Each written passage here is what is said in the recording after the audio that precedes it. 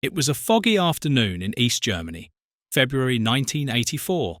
A powerful express train, racing non-stop through the country, had only one mission: to reach the border on time. Ahead, on the very same tracks, a local passenger train full of workers had just pulled into a small-town station. The stage was set for a collision no one on board could escape.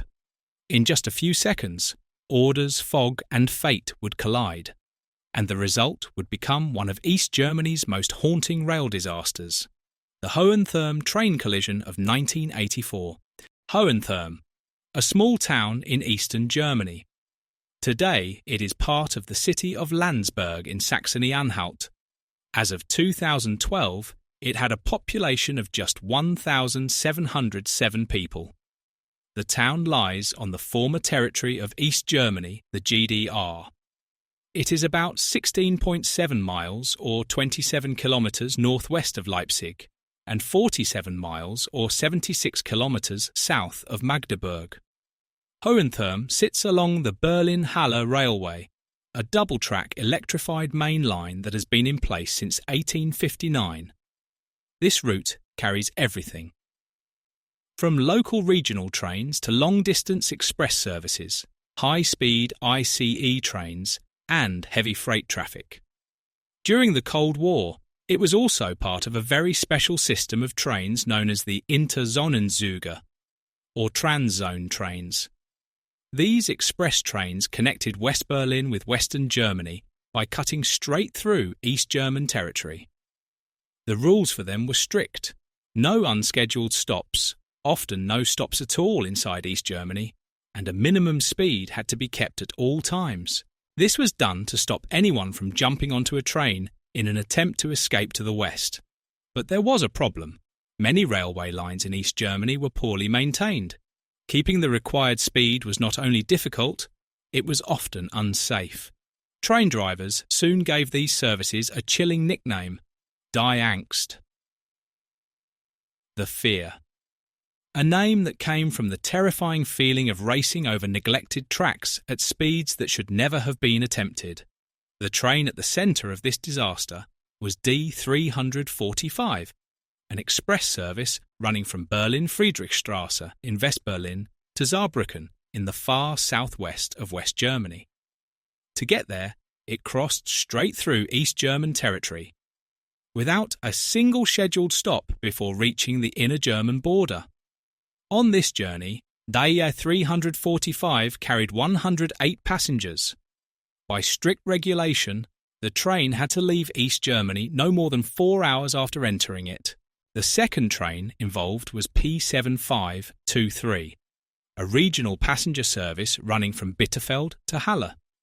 On the day of the crash, it was pushed from the rear by locomotive 25017 of the Deutsche Reichsbahn, with another Class 250 at the front. The coaches were a set of so-called Reckerwagen, rebuilt passenger cars that first appeared before the Second World War, and were modernised and added to the East German fleet in 1967.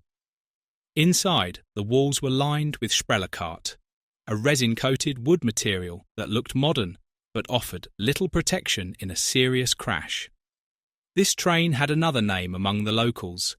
It was often filled with factory and plant workers heading home after their shifts. That is why P7523 was widely known as the Schichterzug, the shift worker train. On February 29th, at around 2:45 in the afternoon, Interzonenzug D354 was racing across East Germany on its way to Frankfurt, before continuing all the way to Saarbrücken in the far west. All 108 passengers on board had started their journey in West Berlin. At the border, only a quick ID check was required before the train pressed on toward the west. That day, the weather was unforgiving. A heavy blanket of fog covered the region. Visibility was poor, yet the driver kept his focus on punctuality, pushing the train to 74 miles or 120 kilometers per hour whenever the tracks allowed. Most trains in the area had been cancelled because of the dangerous conditions, but D354 was different. It was one of the few still running, and it was under strict orders to keep going. As the train left Berlin behind, the driver remembered his orders. There were to be no stops anywhere in East Germany. He had to pass straight through every station and reach the border within 4 hours. His train had priority over everything else. With those words in mind, he pressed on, even as 3 red signals appeared along the route. One after another, they were ignored as the express train thundered past. Normally, an automatic safety system would have forced the train to stop after a red signal. But the locomotive hauling D354 was not fitted with the onboard equipment required. That safeguard simply didn't exist here. Now, as the train closed in on Hohentherm station, the driver suddenly spotted the rear lights of another locomotive, directly ahead, standing at the platform. He hit the emergency brakes, but with so much weight and so little distance, it was far too late. At Hohentherm station, the regional train P7523 had just arrived. Among the passengers was Mr. Carden, a vocational school teacher, relieved to finally be home after a long day. He sat in the last carriage, just in front of the locomotive pushing the train from behind. The station itself was busy. Hohentherm was home to a steam boiler factory, and as the shifts ended, hundreds of workers crowded the platforms, waiting for their evening trains. Right on time at 3 p.m, P7523 came to a halt. Mr. Carden stood up, gathered his things, and stepped onto the platform, only meters away from his front door. But then, just seconds after he left the carriage, the piece shattered. A thunderous crash tore through the station, shaking the ground and filling the air with chaos. Mr. Carden would later recall that, in those first terrifying moments, he thought a plane had fallen from the sky, or that a bomb had exploded in the small town. But the reality was far closer, and far worse. Just meters behind him, the Interzonenzug slammed into the nearly stationary P7523 at high speed. Sources differ. Some say 40 kilometres or 25 miles per hour, others as high as 100 kilometres or 62 miles per hour. But either way, the force was devastating. The heavy express train drove the locomotive of P7523 straight into the first passenger car, tearing through the rear half and destroying everything inside. By sheer luck and timing, Mr. Carden walked away unharmed. But for those still on board, the story was very different. 10 passengers lost their lives instantly, and another 46 from both trains were left injured in the wreckage. The first to reach the scene were members of the town's volunteer fire department. Professional responders followed minutes later, and because an Interzonenzug was involved, the Stasi, East Germany's secret police that was anything but secret, quickly appeared as well. At the centre of the rescue stood Mr. Asperger, a local emergency doctor. For him, and for nearly everyone else on site, this was unlike anything they had ever faced. Moving down the regional train, the responders found passengers they could not immediately reach. The wreckage was too severe. They had to wait for the firefighters to break open access points before any help could be given. Step by step, ladders were raised against the mangled carriages. Rescuers climbed the twisted metal, trying desperately to reach survivors still trapped inside. But they faced a serious problem: the risk of fire. The Reckerwagen's panelling, made of synthetic resin and wood, could easily ignite. That meant no torches, no sparks. Instead, they were forced to cut through solid steel with nothing more than handsaws, a slow and grueling task that stretched the rescue effort into long, painful hours. Dr. Asperger knew that passengers on the Interzonenzug were hurt as well. But each time responders tried to move towards the express train, Stasi officers rushed in to block them.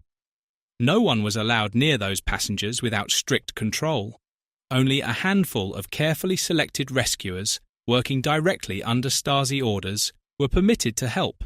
The Stasi's focus was not on the wounded, but on the cause. Their immediate suspicion was sabotage, a deliberate attack on the transit system that cut through East Germany. It was their standard claim in every disaster, long before facts were known. But once again, the truth told a different story. Investigators would find no bombs, no plots. Instead, they confirmed what the wreck itself had already shown. The driver of the Interzonenzug had been speeding, ignoring multiple signals, and pressing on through visibility that was sometimes no more than 5 meters, just 16 feet. Against the odds, he survived the collision, though badly injured. His colleague aboard the regional train would not be as fortunate. 4 hours after the crash, a replacement locomotive arrived. Most of the Interzonenzug was quietly hauled westward across the border, as if nothing had happened. Meanwhile, rescuers in Hohentherm worked through the night, slowly tearing open the remains of the regional train. It was 4:30 in the morning when the last victim was finally recovered from the wreckage. Who carried the true blame for the disaster was never made fully clear. The investigation, it seemed, never dug too deep, perhaps to prevent a scandal. What the public did receive was a short article, and 5 months later, the news that the Interzonenzug's driver had been sentenced to 5 years in prison. But was he really the only one responsible? His orders had been absolute. Never stop, reach the border within 4 hours, and trust that his path would remain clear. Yet he had also ignored red signals and pushed far too fast through heavy fog. In another time, in another country, perhaps his superiors would have shared the blame. But here, in the GDR, only one man carried the weight of the tragedy. In the end, 10 people lost their lives, and dozens more were injured in the Hohentherm collision. The official blame fell on one man, the driver of the Interzonenzug. But was he truly the only one responsible? Or was he following impossible orders in a system where punctuality and politics outweighed safety? What do you think? Was this disaster the fault of one reckless driver, or the result of a flawed system that set him up to fail? Let us know your thoughts in the comments.